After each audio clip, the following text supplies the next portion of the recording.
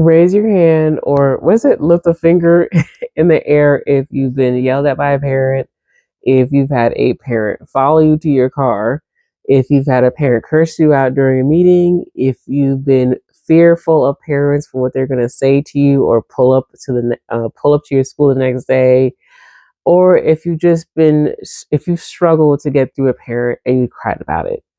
This video is for you because I've done all five. I've experienced all five. This video is also for you if it wasn't so drastic, but really the point of this video is, how do we get through to parents who are resistant? How do we get through to parents who don't trust the school system, because there's a lot of them? And how do we get through parents who just struggle to hear the things that we're saying, especially if it involves a disorder like ADHD or autism or something that they don't quite understand? And I think this video is incredibly important for March because we are moving into meetings, a lot of CSE meetings, a lot of meetings about IEP, a lot of meetings about the future. And, I think that this video could be helpful for you to kind of reach those parents and to say, like, what can be done? What can be said? How can I build trust? First things first, one of the things that I've noticed is trying to understand why they feel that they can't trust the school in the first place. And usually it is a history. We have to understand that it may not have started with you. You might not have been the first professional in their face to say what you've observed. What I've noticed in my experience as a school psychologist in the school system and a school psychologist in private practice, parents are a lot more forthcoming to me in my private practice, and they're very honest.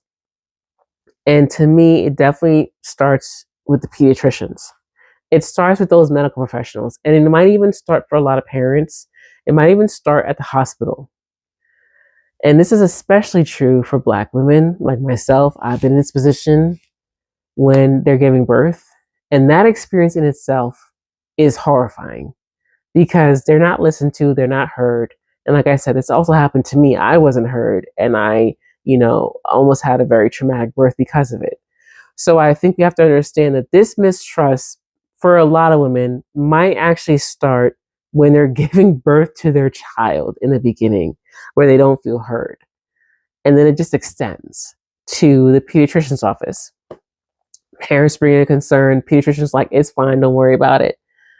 While I love my pediatrician for my child, for my daughter, it's a 15-minute visit on average.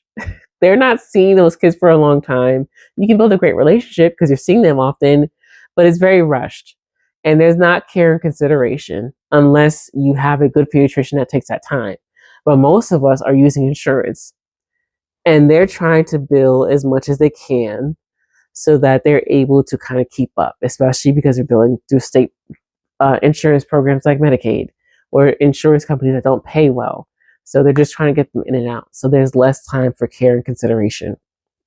So let's start from birth. You have an instance where a mother may not have been heard or listened to at birth, and then they had a traumatic birth experience, or their first experience with their doctor wasn't that great. And then the birth of the baby, it could have been traumatic, or everything after that could have led to them going to the pediatrician to voice the concerns, and they're still not heard there. So there's a lot of resistance before we even get to school.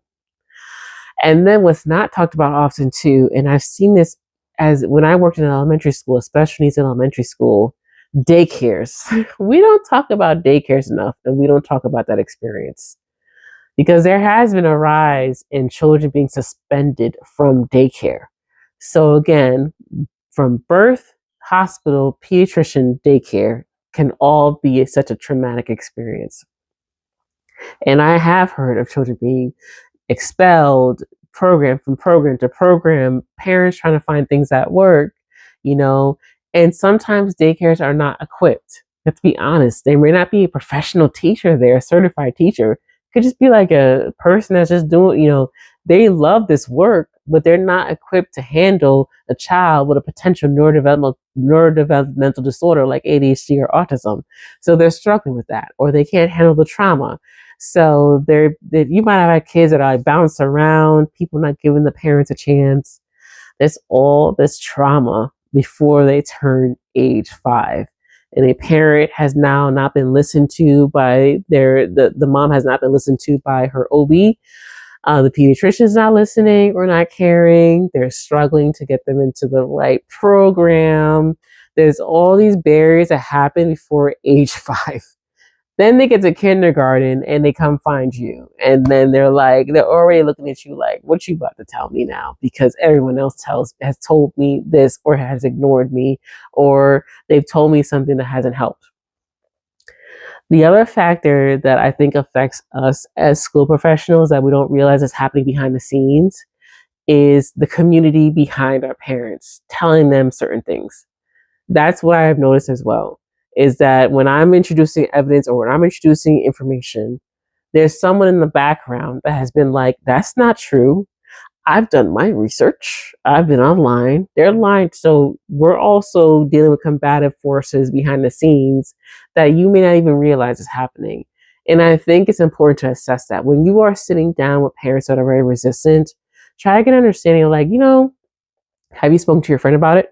Have you spoken to the grandparents about it? Have you spoken to your community leaders, church leadership, all these other things? Because you want to get a sense of the noise. Because oftentimes people will tell that school that there's nothing wrong with my baby. Tell that school that, that they're lying to you. Don't trust that school because they don't know what they're talking about. They just want to diagnose these kids. Once you get a sense of the noise around you, you can assess like, oh, okay, so this is kind of what I'm dealing with.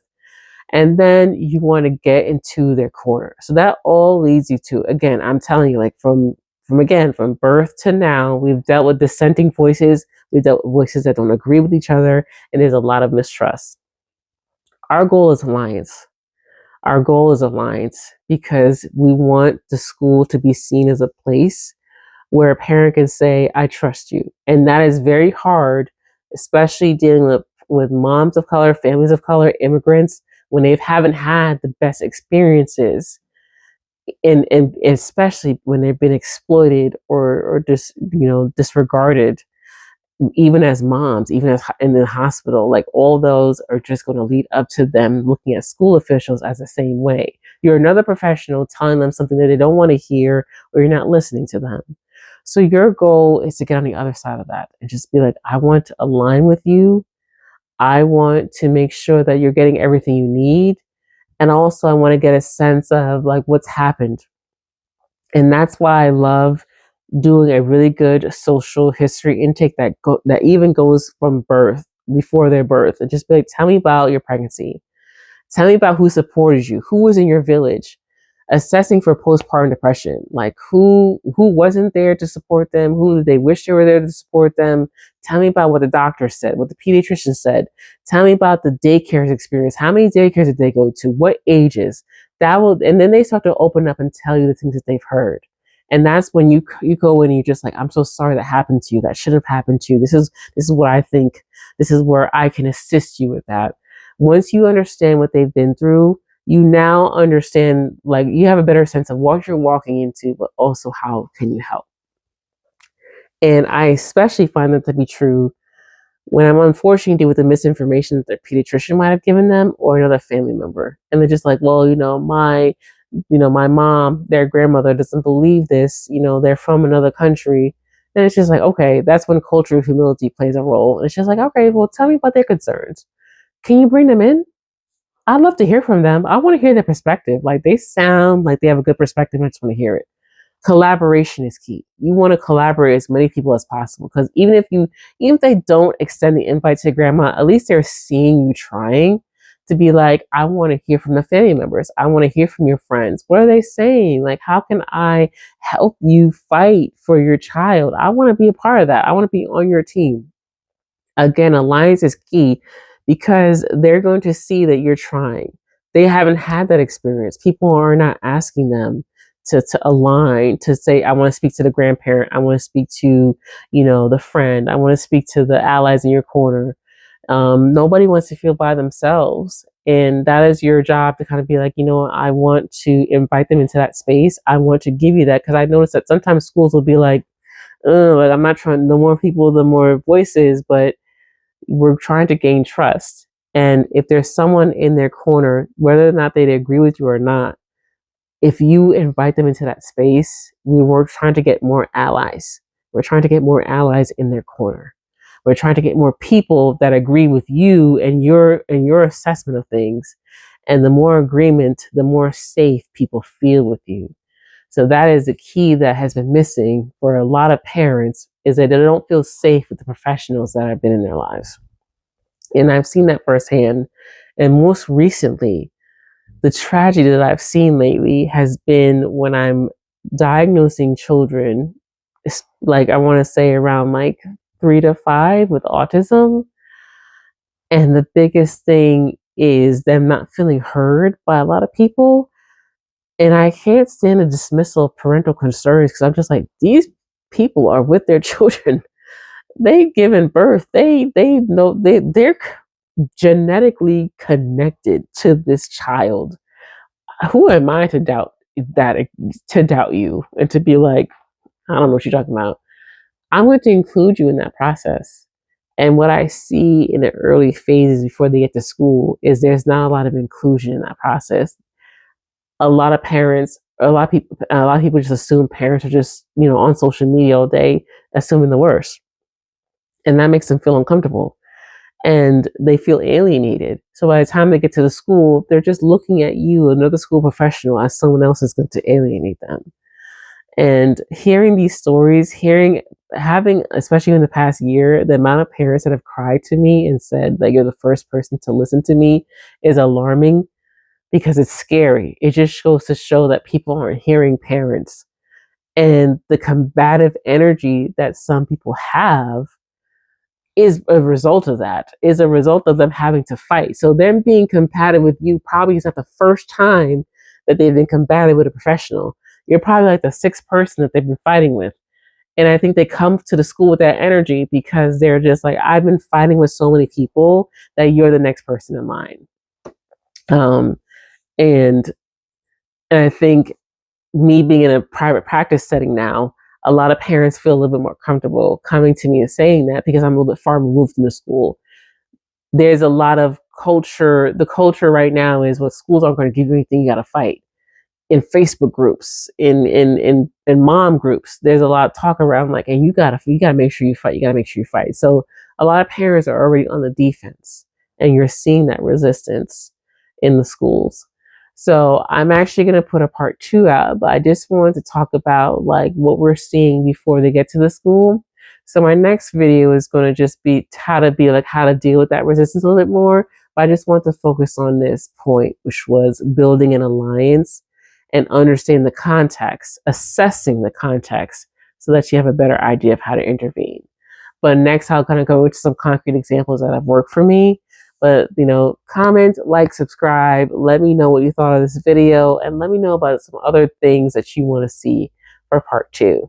My name is Dr. T, otherwise known as School Psych Dr. T on Instagram and on YouTube. Hope you enjoyed. Please subscribe to my channel, and have a wonderful season. Have a wonderful March. Hopefully everything goes well with those CSE meetings. And yeah, hope you enjoy.